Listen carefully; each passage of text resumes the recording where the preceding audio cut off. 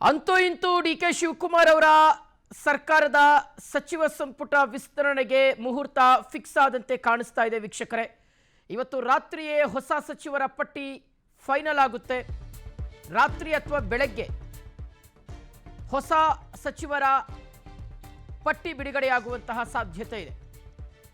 ನಾಳೆ ಮಧ್ಯಾಹ್ನ ಸಚಿವ ಸಂಪುಟ ವಿಸ್ತರಣೆ, ನಾಳೆಯೇ ನೂತನ ಸಚಿವರ ಪ್ರಮಾಣ ವಚನಕ್ಕೆ ಸಿದ್ಧತೆ. ನಾಳೆ ಮಧ್ಯಾಹ್ನ 2:30ಕ್ಕೆ ಕಾರ್ಯಕ್ರಮ ನಡೆಯಲಿದೆ. ಲೋಕಭವನದಲ್ಲಿ ಶಾಸಕರು ಸಚಿವರಾಗಿ ಪ್ರಮಾಣ ವಚನ ಸ್ವೀಕರಿಸುತ್ತಾರೆ. ಪದಗ್ರಹಣ ಕಾರ್ಯಕ್ರಮದ ಬಗ್ಗೆ ಅಧಿಕಾರಿಗಳು ಆಲ್ರೆಡಿ ಸಭೆಯನ್ನು ಮಾಡಿದ್ದಾರೆ. ಅನೌಪಚಾರಿಕ ಸಭೆಯಾಗಿದೆ. ಲೋಕಭವನದ ಅಧಿಕಾರಿಗಳು ಸಭೆಯನ್ನು ಮಾಡಿದ್ದಾರೆ. ನಾಳೆ ಮಧ್ಯಾಹ್ನ 2:30ಕ್ಕೆ ಸಂಪುಟ ವಿಸ್ತರಣೆಯಾಗುವಂತಹ ಸಾಧ್ಯತೆ. ಮಗದೊಂದು ಕಡೆ ವೀಕ್ಷಕರೇ, ಲೋಕಭವನದ ದೃಶ್ಯಾವಳಿಗಳನ್ನು ಗಮನಿಸ್ತಾ ಇದ್ದೀರಾ. ಸಿದ್ಧತೆಗಳು ನಡೀತಾ ಇದೆ ನೋಡಿ. ಅಲ್ಲಿ ಪ್ರಮಾಣ ವಚನಕ್ಕೆ ಬೇಕಾಗಿರ್ತಕ್ಕಂಥ ಸಿದ್ಧತೆಗಳು ಆಲ್ರೆಡಿ ಮುಖ್ಯಮಂತ್ರಿಗಳ ಕಾರ್ಯಾಲಯದಿಂದ ಲೋಕಭವನಕ್ಕೆ ಮಾಹಿತಿ ಹೋಗಿದೆ. ನಾಳೆ ಶಾಸಕರು ಸಚಿವರಾಗಿ ಪ್ರಮಾಣ ವಚನ ಸ್ವೀಕರಿಸ್ತಾರೆ ಅನ್ನೋದಕ್ಕೆ ಇದಕ್ಕಿಂತ ಇನ್ನೊಂದು ಸಾಕ್ಷಿ ಬೇಡ ಅಂತ ಅನಿಸುತ್ತೆ ನೋಡಿ. ಎಲ್ಲ ಏನೇನು ಬೇಕೋ ಅದೆಲ್ಲವನ್ನು ಸದ್ದಿಲ್ಲದೆ ಮಾಡ್ತಾ ಇದ್ದಾರೆ. ಅಂದರೆ ತುಂಬ ಓಪನ್ ಆಗಿ ಯಾರಿಗೂ ಗೊತ್ತಾಗದ ರೀತಿಯಲ್ಲಿ ನೋಡಿ ಕಾರ್ಯಕ್ರಮಕ್ಕೆ ಬೇಕಾಗಿರ್ತಕ್ಕಂಥ ವ್ಯವಸ್ಥೆಗಳು, ಲೈಟಿಂಗ್ಸು, ಸ್ಟೇಜ್ ಹಾಕಲಿಕ್ಕೆ, ಆಮೇಲೆ ಕೂತ್ಕೊಳ್ಳೋದಕ್ಕೆ ಕುರ್ಚಿಯ ವ್ಯವಸ್ಥೆ ಆಗಿರಬಹುದು.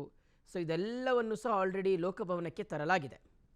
ಅದೆಲ್ಲವನ್ನು ಈಗ ರೆಡಿ ಮಾಡ್ಕೊಳ್ತಾ ಇದ್ದಾರೆ. ಬಹಳ ಸಿಂಪಲ್ ಆಗಿ ಪ್ರಮಾಣವಚನ ಕಾರ್ಯಕ್ರಮ ನಡೆಯುತ್ತೆ ಅನ್ನೋದು ಗೊತ್ತಾಗ್ತಾ ಇದೆ. 20 ಸ್ಥಾನಗಳು ಖಾಲಿ ಇದ್ದಾವೆ ವೀಕ್ಷಕರೇ. 20 ಸ್ಥಾನಗಳನ್ನು ಭರ್ತಿ ಮಾಡಿಕೊಳ್ಳುವ ನಿಟ್ಟಿನಲ್ಲಿ ಲೆಕ್ಕಾಚಾರಗಳು ನಡೀತಾ ಇದೆ.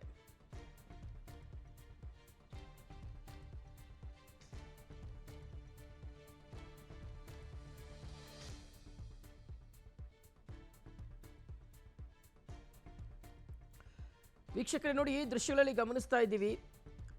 ಲೋಕಭವನಕ್ಕೆ ಒಂದಷ್ಟು ಕಾರ್ಯಕ್ರಮವನ್ನು ಮಾಡಲಿಕ್ಕೆ ಬೇಕಾಗಿರ್ತಕ್ಕಂಥ ವಸ್ತುಗಳೇನಿದ್ದಾವಲ್ಲ ಅದೆಲ್ಲವನ್ನು ತರಲಾಗ್ತಾ ಇರ್ತಕ್ಕಂಥ ದೃಶ್ಯಾವಳಿಗಳು. ಮಗದೊಂದು ಕಡೆ ನಾಳೆ ಏನೋ ನಡೆಯುತ್ತೆ ಲೋಕಭವನದಲ್ಲಿ ಅನ್ನೋದಕ್ಕೆ ಸಾಕ್ಷಿಯಾಗಿರ್ತಕ್ಕಂಥ ವಿಜುವಲ್ಸನ್ನು ನಾವು ನೋಡ್ತಾ ಇದ್ದೀವಿ. ನಾಳೆ ಲೋಕಭವನದಲ್ಲಿ ನೂತನ ಶಾಸಕರ ಪ್ರಮಾಣ ವಚನ ಕಾರ್ಯಕ್ರಮ. ಸಚಿವರಾಗಿ ಪದೋನ್ನತಿಯನ್ನು ಗಳಿಸ್ತಾ ಇದ್ದಾರೆ. ಹಾಗಾದರೆ ನಾಳೆ ಯಾರು ಡಿ ಕೆ ಶಿವಕುಮಾರ್ ಅವರ ಸಂಪುಟದಲ್ಲಿ ಅವಕಾಶ ಪಡ್ಕೊಳ್ತಾರೆ? ತೀವ್ರ ಕುತೂಹಲಕ್ಕೆ ಕಾರಣವಾಗ್ತಾ ಇರತಕ್ಕಂಥ ವಿಚಾರ. ಇಷ್ಟು ದಿನಗಳ ಕಾಲದ ಪ್ರಹಸನ, ಲೆಕ್ಕಾಚಾರಗಳು, ಲಾಬಿ, ಒತ್ತಡ ಎಲ್ಲವೂ ಸಹ ಅಂತಿಮ ಘಟ್ಟಕ್ಕೆ ಬಂದು ನಿಂತಿದೆ. ಈ ಹಿಂದೆ ಡಿ ಕೆ ಶಿವಕುಮಾರ್ ಅವರು 3 ಸಲ ಡೆಲ್ಲಿಗೆ ಹೋದರು.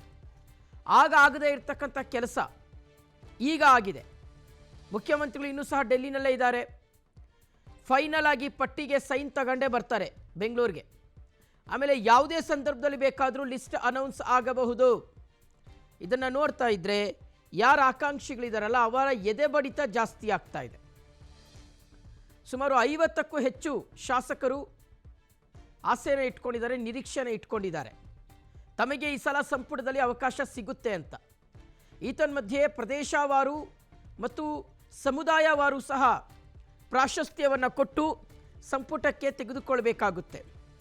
ಮಹಿಳಾ ಶಾಸಕಿಯರು ಎಷ್ಟು ಜನರಿಗೆ ಸಚಿವ ಸ್ಥಾನ ನೀಡಲಾಗುತ್ತೆ ಅನ್ನುವಂಥ ಒಂದು ಪ್ರಶ್ನೆ ಸಹಜವಾಗಿ ಕಾಡ್ತಾ ಇದೆ. ನಾಳೆ ಲೋಕಭವನ ಮತ್ತೊಂದು ಕಾರ್ಯಕ್ರಮಕ್ಕೆ ಸಾಕ್ಷಿಯಾಗುವಂತಹ ಲಕ್ಷಣಗಳು ಬಹಳ ದಟ್ಟವಾಗಿ ಗೋಚರಿಸ್ತಾ ಇದೆ. ಅದು ರಾಜ್ಯ ಸರ್ಕಾರದ ಪ್ರಮಾಣ ವಚನ ಕಾರ್ಯಕ್ರಮ.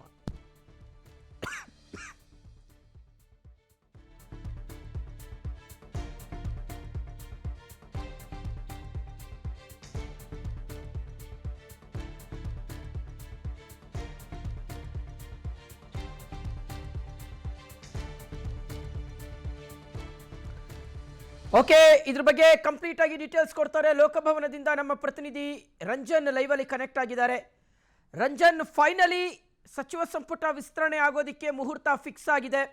ಲೋಕಭವನದಲ್ಲಿ ನಾಳೆ ಯಾವುದೋ ಒಂದು ಕಾರ್ಯಕ್ರಮ ನಡೆಯುತ್ತೆ, ದಟ್ ಈಸ್ ಪ್ರಮಾಣವಚನ ಕಾರ್ಯಕ್ರಮ ನಡೆಯುತ್ತೆ ಅನ್ನುವ ಸೂಚನೆಗಳು ನಮಗೆ ಕಾಣಿಸ್ತಾ ಇದೆ ಅಂತ. ಸೊ ಸಿದ್ಧತೆಗಳು ಯಾವ ರೀತಿಯಾಗಿ ನಡೀತಾ ಇದೆ ಅಂತ ರಂಜನ್?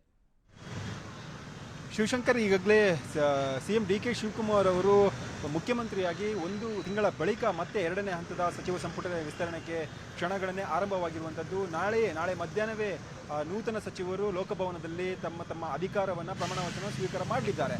ನಾನೀಗ ಲೋಕಭವನದ ಮುಂಭಾಗದಲ್ಲಿದ್ದೀನಿ. ಈಗಾಗಲೇ ಆಡಳಿತ ಮತ್ತು ಸಿಬ್ಬಂದಿ ಸುಧಾರಣಾ ಇಲಾಖೆಯಿಂದ ಪೊಲೀಸರಿಗೆ ಜೊತೆಗೆ ಲೋಕೋಪಯೋಗಿ ಇಲಾಖೆಗೆ ಅಗತ್ಯ ಸಿದ್ಧತೆಯನ್ನು ಮಾಡಿಕೊಳ್ಳುವಂತೆ ಈಗಾಗಲೇ ಸೂಚನೆ ಕೂಡ ಕೊಟ್ಟಿರುವಂಥದ್ದು ದೃಶ್ಯದಲ್ಲಿ ಗಮನಿಸ್ತಾ ಇರ್ಬೋದು. ಈಗಾಗಲೇ ಈ ಒಂದು ಲೋಕಭವನದ ಮುಂಭಾಗದಲ್ಲಿ ನೂತನ ಸಚಿವರ ಅಧಿಕಾರ ಪ್ರಮಾಣ ವಚನ ಸ್ವೀಕಾರ ಸಮಾರಂಭವನ್ನು ನಾಳೆ ನಿಗದಿಪಡಿಸಿದಾರಲ್ವ. ಈ ಒಂದು ಹಿನ್ನೆಲೆಯಲ್ಲಿ ಲೋಕಭವನದ ಗಾಜಿನ ಮನೆಯಲ್ಲಿ ಅಧಿಕೃತ ಗುತ್ತಿಗೆದಾರರಂತಹ ತಿಬ್ಬಾದೇವಿ ಟೆಂಟ್ ಹೌಸ್ನಿಂದ ಈಗಾಗಲೇ ಎಲ್ಲ ಅಗತ್ಯ ಸಿದ್ಧತೆಗಳನ್ನು ಮಾಡಿಕೊಳ್ಳಲಾಗ್ತಿರುವಂಥದ್ದು. ಈ ಲೋಕಭವನದ ಮುಂಭಾಗದಲ್ಲಿ ನಾಳೆ 13 ಜನ ನೂತನ ಸಚಿವರು ಪ್ರಮಾಣ ವಚನವನ್ನು ಸ್ವೀಕಾರ ಮಾಡಲಿದ್ದಾರೆ ಅನ್ನುವಂಥ ಪ್ರಾಥಮಿಕ ಮಾಹಿತಿ ಲಭ್ಯವಾಗ್ತಿದೆ. ಸುಮಾರು 20 ಸಚಿವ ಸ್ಥಾನ ಇದೆ. 20ರಲ್ಲಿ ಸುಮಾರು 13ರಿಂದ 15 ಜನ ನಾಳೆ ಈ ಒಂದು ಲೋಕಭವನದಲ್ಲಿ ಅಧಿಕಾರವನ್ನು ಸ್ವೀಕಾರ ಮಾಡಲಿದ್ದಾರೆ ಅನ್ನುವಂಥ ಮಾಹಿತಿ ಕೂಡ ಸದ್ಯಕ್ಕೆ ಲಭ್ಯವಾಗುತ್ತಿರುವಂಥದ್ದು. ನಾಳೆ ನೂತನವಾಗಿ ಈ ಒಂದು ಅಧಿಕಾರವನ್ನು ಸ್ವೀಕಾರ ಮಾಡುವಂಥ ಸಚಿವರಿಗೆ ರಾಜ್ಯಪಾಲ ತಾವರ್ಚಂದ್ ಗೆಹ್ಲೋಟ್ ಪ್ರತಿಜ್ಞಾ ವಿಧಿ ಬೋಧಿಸಲಿದ್ದಾರೆ ಅನ್ನುವಂಥ ಮಾಹಿತಿ ಕೂಡ ಈಗ ಲಭ್ಯವಾಗ್ತಿರುವಂಥದ್ದು. ಈ ಹಿನ್ನೆಲೆಯಲ್ಲಿ ನವದೆಹಲಿಯಲ್ಲಿ ಇವತ್ತು ಹೈಕಮಾಂಡ್ ನಾಯಕರ ಜೊತೆ ರಾಜ್ಯದ ನಾಯಕರು ಈಗಾಗಲೇ ಸರಣಿ ಸಭೆಗಳನ್ನು ನಡೆಸ್ತಾ ಇದ್ದಾರೆ. ನಾಳೆ ಮಧ್ಯಾಹ್ನವೇ ಪೂರ್ಣ ಪ್ರಮಾಣದ ಸಂಪುಟ ವಿಸ್ತರಣೆ ಆಗಲಿದೆ ಅನ್ನುವಂತಹ ಸ್ಪಷ್ಟ ಮಾಹಿತಿ TNS ವಿಸ್ತಾರ ನ್ಯೂಸ್ಗೆ ಲಭ್ಯವಾಗ್ತಿರುವಂಥದ್ದು. ಈಗಾಗಲೇ ಇವತ್ತು ಸಂಜೆ ಅಥವಾ ನಾಳೆ ಬೆಳಗ್ಗಿನ ವೇಳೆಗೆ ನೂತನ ಸಚಿವರ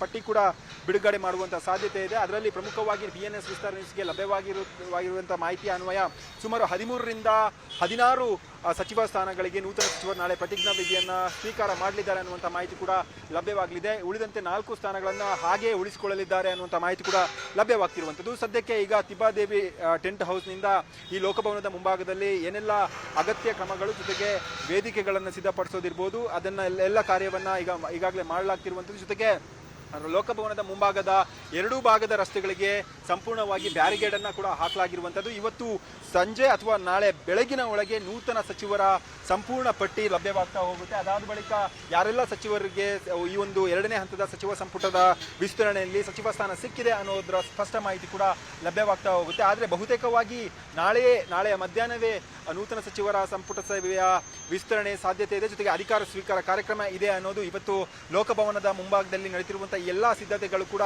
ಈಗ ನಮಗೆ ಸ್ಪಷ್ಟತೆಯನ್ನು ಕೊಡ್ತಾ ಹೋಗುತ್ತೆ. ಈಗಾಗಲೇ ಸ್ಥಳದಲ್ಲಿ 2 KSRTC ಮತ್ತು BFTC ವಾಹನಗಳನ್ನು ಕೂಡ ನಿಯೋಜನೆ ಮಾಡಲಾಗಿರುವಂಥದ್ದು. ಟೆಂಟ್ ಹೌಸ್ನಿಂದ ಈಗಾಗಲೇ ಅಗತ್ಯ ಎಲ್ಲ ಒಂದು ರೀತಿಯಾದಂತಹ ಸಿದ್ಧತೆಗಳನ್ನು ಕೂಡ ಮಾಡಿಕೊಳ್ಳಲಾಗುತ್ತಿರುವಂಥದ್ದು. ಇವತ್ತು ರಾತ್ರಿ ಇಡೀ ಇಲ್ಲೊಂದು ಲೋಕಭವನದ ಮುಂಭಾಗದಲ್ಲಿ ನಾಳೆಯ ಒಂದು ಸಮಾರಂಭಕ್ಕೆ ಸಿದ್ಧತೆಯನ್ನು ಮಾಡಿಕೊಳ್ಳಲಾಗುತ್ತೆ. ನಾಳೆ ಮಧ್ಯಾಹ್ನದ ವೇಳೆ ನೂತನ ಸಚಿವರು ಈ ಒಂದು ಲೋಕಭವನದ ಮುಂಭಾಗದಲ್ಲಿ ರಾಜ್ಯಪಾಲರಾದಂತಹ ತಾವರ್ಚಂದ್ ಗೆಹ್ಲೋಟ್ ಅವರ ವತಿಯಿಂದ ಪ್ರಮಾಣ ವಚನವನ್ನು ಸ್ವೀಕಾರ ಮಾಡಲಿದ್ದಾರೆ ಅನ್ನುವಂಥ ಮಾಹಿತಿ ಕೂಡ ಲಭ್ಯವಾಗ್ತಿದೆ. ಆದರೆ ಈ ಒಂದು ನೂತನ ಸಚಿವರ ಪಟ್ಟಿಯಲ್ಲಿ ಯಾರ ಹೆಸರಿದೆ ಅನ್ನೋದು ಬಹುತೇಕ ಕುತೂಹಲ ಮೂಡಿಸಿರುವಂಥದ್ದು. ಒಂದು ಕಡೆಯಿಂದಾಗಿ ರಾಜ್ಯ ಹೈಕಮಾಂಡ್ ನಾಯಕರು ಒಂದು ಹಂತದಲ್ಲಿ ನವದೆಹಲಿಯಲ್ಲಿ ಈಗಾಗಲೇ ಹೈಕಮಾಂಡ್ ಜೊತೆ ಮಾತುಕತೆಯನ್ನು ನಡೆಸಿ ಯಾವ ವ್ಯಕ್ತಿಗೆ ಯಾವ ಒಬ್ಬ ಶಾಸಕರಿಗೆ ಸಚಿವ ಸ್ಥಾನ ಕೊಡಬೇಕು ಅನ್ನುವಂಥ ನಿಟ್ಟಿನಲ್ಲಿ ಸಾಕಷ್ಟು ಚರ್ಚೆಯನ್ನು ಮಾಡಿದ್ದಾರೆ. ಈಗಾಗಲೇ AICC ಅಧ್ಯಕ್ಷ ಮಲ್ಲಿಕಾರ್ಜುನ್ ಖರ್ಗೆ ಅವರು ಕೂಡ ಸೂಚನೆ ಕೊಟ್ಟಿರುವಂಥದ್ದು. ಯಾವುದೇ ಒಂದು ಸಚಿವ ಸಂಪುಟ ವಿಸ್ತರಣೆ ಸಂದರ್ಭದಲ್ಲಿ ಈಗಾಗಲೇ ಯಾರೆಲ್ಲ ಲಾಬಿ ಮಾಡ್ತಿದ್ದಾರೆ ಆ ಲಾಬಿಯನ್ನು ಗಮನಿಸಬೇಡಿ, ಪಕ್ಷದಲ್ಲಿ ಹಿರಿಯರಿಗೂ ಕೂಡ ಸಮಾನವಾದಂತಹ ಸ್ಥಾನವನ್ನು ಕೊಡಬೇಕು ಅನ್ನೋ ನಿಟ್ಟಿನಲ್ಲಿ ಕೂಡ ಸೂಚನೆ ಕೊಟ್ಟಿರುವಂಥದ್ದು.